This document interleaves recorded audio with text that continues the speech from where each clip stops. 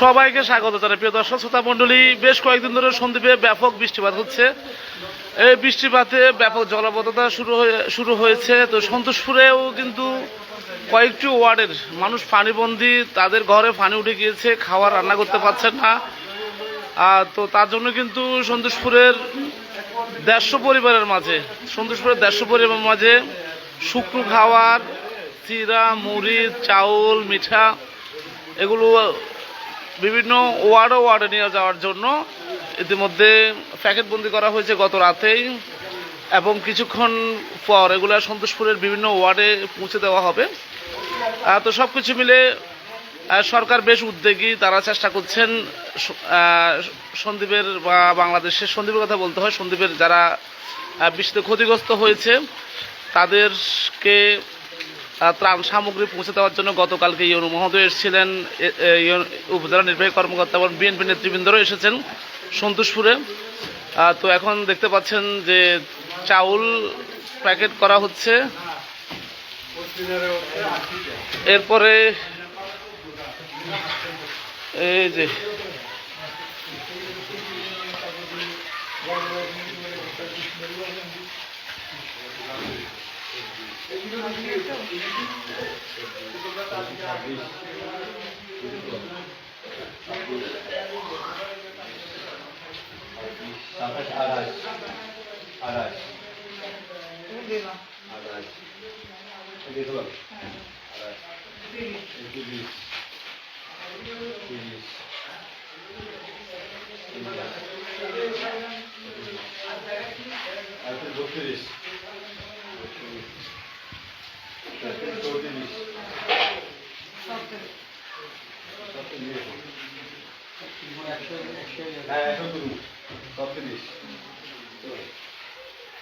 একশো বেগুন সবগুলো আছে।